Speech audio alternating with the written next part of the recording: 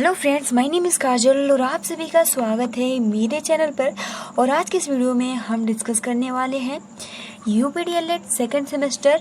आज का जो हमारा टॉपिक है वो है प्रोजेक्ट वर्क। जी हाँ फ्रेंड, जैसे कि बहुत सारे ऐसे कमेंट्स थे जिनका यही रिक्वेस्ट था कि आप जल्दी से जल्दी जो सोशल स्टडी यानी सामाजिक अध्ययन है उस पे प्रोजेक्ट वर्क बताइए किस तरीके से बनाना है। सबसे पहले मैं आप सभी को बता दूं कि आपको 4 टॉपिक मिला है। एक बार टॉपिक दिखा देती हूँ, ठीक है। लेकिन उससे पहले अगर आपने मैथ का प्रोजेक्ट वर्क जैसे हिंदी हो गया, ठीक है, बहुत सारे ऐसे जितने आपका वर्तमान भारतीय समाज, उस पर हमने प्रोजेक्ट वर्क बना दिया है। अगर आपने वो वीडियोस नहीं देखा है तो आपको कमेंट्स बॉक्स में उसका लिंक मिल जाएगा, आप वहां से जाकर देख सकते हो। चलिए फ्रेंड्स, देख लेते हैं एक बारी। तो वीडियो को लाइक कर दीजिए और अपने फ्रेंड्स मित्र को शेयर कर दीजिए। तो जैसे कि आप यहाँ देख सकते हो, हमने ये जो गणित सब्जेक्ट आप सभी को मिला था, ये 19 तक आप सभी को जमा करना है। तो देखिए, आज का जो हमारा सब्जेक्ट रहेगा वो रहेगा सामाजिक अध्ययन, जिसमें टॉपिक दिया गया है फर्स्ट यही टॉपिक की। अब देखिए, सबसे पहले तो मैं ये बता दूं कि बहुत सारे ऐसे मैक्सिमम स्टूडेंट हैं जिनका ये कमेंट्स आ रहा है कि हमारे कॉलेज से ऐसी कोई भी इंफॉर्मेशन नहीं आई है, तो हम क्या करें, बनाएं या फिर नहीं बनाएं। तो आई सजेस्ट कि जब तक कॉलेज से आपका कोई भी इंफॉर्मेशन नहीं आता है तब तक आप प्रोजेक्ट वर्क न बनाएं तो ही बेटर है, ठीक। अब चलिए हम अपने टॉपिक पर बढ़ते हैं। तो देखिए, सबसे पहले तो इसमें जो टॉपिक दिया गया है कि भ्रामक सूचनाओं के प्रसार एवं उनके परिणाम पर रिपोर्ट तैयार करना।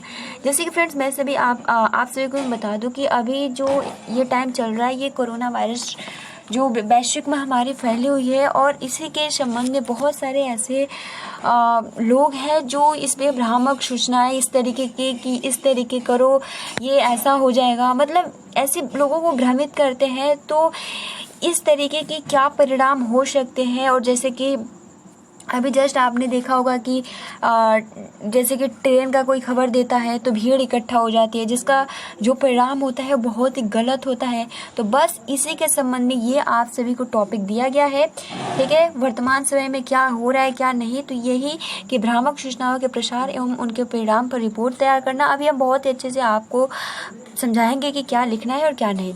अब देखिए, दूसरा किन्हीं 10 वस्तुओं के 10 वर्ष पूर्व वर्तमान में हुए मूल्य परिवर्तन पीपीटी चार्ट तैयार करना। तो देखिए, आपको पीपीटी चार्ट तैयार करना है। पीपीटी का जो मतलब होता है वो होता है आपका मतलब कि पावर पॉइंट या फिर पावर पॉइंट।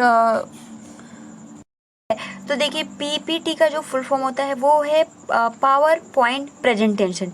जी हाँ फ्रेंड्स, इसका यही मतलब होता है और आपको चार्ट तैयार करना होता है। अभी हम आप सभी को दिखाएंगे किस तरीके से आप चार्ट के थ्रू समझा सकते हो कि 10 वर्ष पहले वस्तुओं के क्या नाम थे। आप कुछ भी लिख सकते हो, 10 वर्ष पहले जो भी प्रोडक्ट हो 10 वर्ष पहले उसका मूल्य क्या था और अब इस टाइम में। तो ये तो बहुत ईजी है।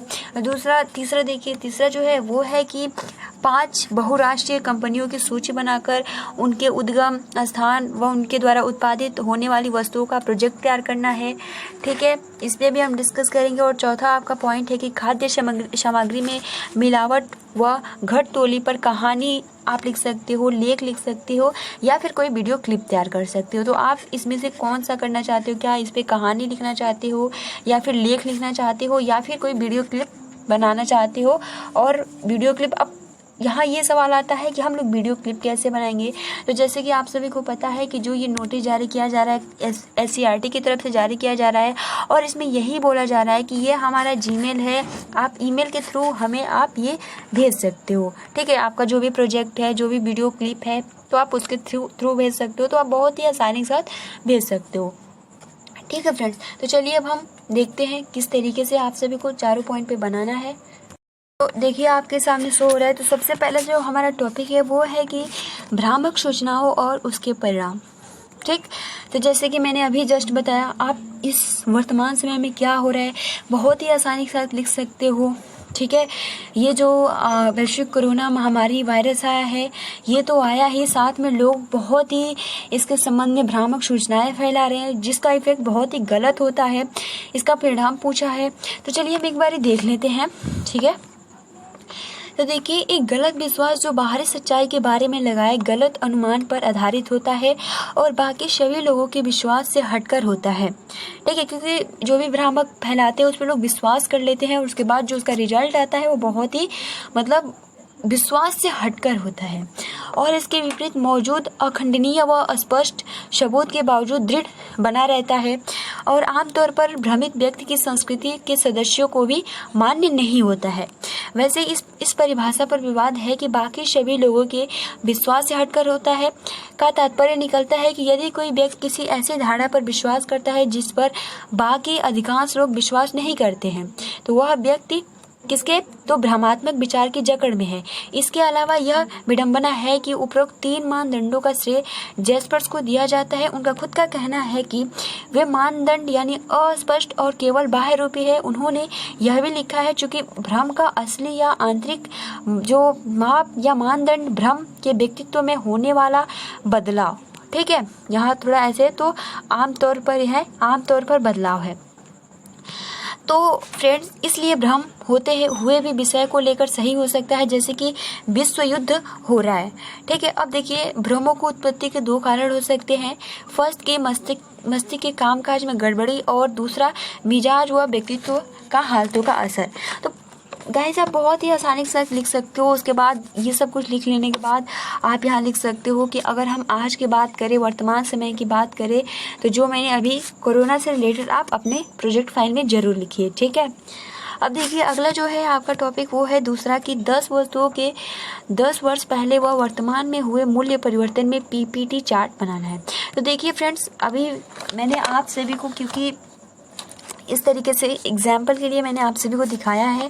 ठीक है, ये होता है आपका पीपीटी चार्ट। ठीक है, इस तरीके से आप बना सकते हो या फिर इस तरीके से। अब देखिए कैसे बनाना है, जैसे कि अभी मैं वस्तुओं भी दिखा दूंगी, वो आप चाहे जो कुछ भी वस्तु लिख सकते हो, जितने भी प्रोडक्ट है 10 साल पहले क्या थे और अब क्या थे, मतलब बहुत ही आसानी के साथ। और चाहे तो आप ये वाला पीपीटी चार्ट बनाओ या फिर ये वाला, ये आप पे डिपेंड करता है फ्रेंड्स। तो जैसे कि मैं अभी आप सभी को दिखाऊं, ठीक है, तो देखिए, ये आपका अगर मूल्य ज़्यादा होगा तो जो ये पीपीटी चार्ट होगा इसमें आपका ये ज़्यादा मूल्य होगा। ठीक है, अगर मान लीजिए यहाँ गेहूं होता और उसका वर्तमान मूल्य, आप यहाँ एक साइड में वर्तमान मूल्य दिखा देंगे या फिर इसी में इधर के साइड आप वर्तमान मूल्य और इधर के साइड मतलब 10 साल पहले। तो इसके साथ बहुत ही आसानी के साथ आप बना सकते हो। ठीक है, और जो सबसे कम रहेगा वो सबसे कम, जो सबसे ज़्यादा लो रहेगा वो लो। अब देखिए, कुछ वस्तुएं आप सभी को मैं 5-6 दिखा देती हूँ। ठीक है, देखिए, आप ऐसे भी लिख सकते हो कि वस्तुएं 10 वर्ष पहले मूल्य, लेकिन पीपीटी चार्ट बनाना है। ठीक है, तो क्योंकि आपको फाइल आप खरीदेंगे, चार्ट खरीदेंगे, तो उस पर आसानी के साथ बना सकते हो। ठीक है, जैसे कि मान लीजिए 10 वर्ष पहले वर्तमान मूल्य, जरूरी नहीं है कि आप यही लिखोगे धान सोना गेहूँ, आपको जो प्रोडक्ट आपको मिले उसका 10 वर्ष पहले मूल्य। ठीक, और ये जैसे कि ये 10 वर्ष पहले 8,500 रुपये। तो इस तरीके से आपको चार्ट के थ्रू समझाना है। ठीक, इसका मैं पीडीएफ आप सभी को सेंड कर दूंगी, तो आप इस तरीके से आसानी से बना सकते हो। तो बस आप सभी के एग्जाम्पल के लिए मैंने ये लाया है। अब देखिए, टॉपिक 3 जो है वो है कि 5 बहु कंपनियों राष्ट्रीय की सूची एवं उत्पाद आप सभी को बताना है। तो सबसे पहले आप यहाँ देख सकते हो लिनियो है। ठीक है, इसके बारे में बताना है कि इसकी राष्ट्रीय सूची यानी इसका जगह, स्थान, उत्पाद क्या है। तो एक लिनियो बहु कंपनियों मतलब राष्ट्रीय कंपनी है। ठीक है, इसमें आप लिख सकते हो इसका प्रकार, उद्योग क्या है तो कंप्यूटर सिस्टम। ठीक है, स्थापना कब हुआ था तो 1984 में हुआ। मुख्यालय कहाँ है, ये सब नॉर्थ, यहाँ पूरा आप लिख सकते हो, बीजिंग चाइना। ठीक है, स्टेट सिंगापुर, क्षेत्र क्या है वर्ल्ड वाइड, प्रमुख ये सब व्यक्ति यंग ये चीन। ठीक है, उत्पाद क्या है तो डेस्कटॉप, सर्वर्स, नोटबुक्स, नेटबुक्स, ये मतलब जितने भी पॉइंट्स है आप आसानी के साथ लिख सकते हो। ठीक है, आप सभी को मैं पीडीएफ प्रोवाइड कर दूंगी। उसके बाद देखिए, आपका अगला जो कंपनी है वो है विप्रो। विप्रो क्या है तो यह एक प्रकार का सार्वजनिक कंपनी है। इसका जो उद्योग होता है वो आईटी सेवा प्रबंधन यानी सूचना प्रौद्योगिकी। इसका जो स्थापना हुआ था 1945 में हुआ था। ठीक है, संस्थापक जो है वो अजीम प्रेम जी है। मुख्यालय का क्या है तो बेंगलुरु, कर्नाटक, भारत। ठीक है, प्रमुख कौन है तो अजीम प्रेम जी है। ठीक, तो इस तरीके से आपको यहाँ कितना इनकी कमाई क्या सब कुछ यहाँ दिया गया है। उसके बाद आप देख सकते हो LG इलेक्ट्रॉनिक्स, इसका प्रकार क्या है तो सार्वजनिक कोरियाई, ठीक है। उद्योग क्या है तो consumer electronics, mobile device, home appliance, air conditioner unit, ठीक है। आप बहुत ही आसानी से इसके प्रमुख कौन है, वाइस चेयरमैन कौन है, उसका उत्पाद क्या है, computer monitor, flash memory, LCD display, plasma display, मतलब ये जितने भी आप लिख सकते हो, ठीक है, क्योंकि लिखना है तो आप थोड़ा अच्छे से लिखिएगा। आप देख सकते हो उद्योग क्या है, नेस्ले का ये अगला कंपनी है, ठीक है। स्थापना स्विट्जरलैंड, संस्थापक हेनरी नेस्ले, क्षेत्र इसका उत्पाद क्या है, ये सब कुछ आप बहुत ही आसानी के साथ। उसके बाद होंडा, ठीक है, इसकी स्थापना कब हुई 24 सितंबर 1948 को।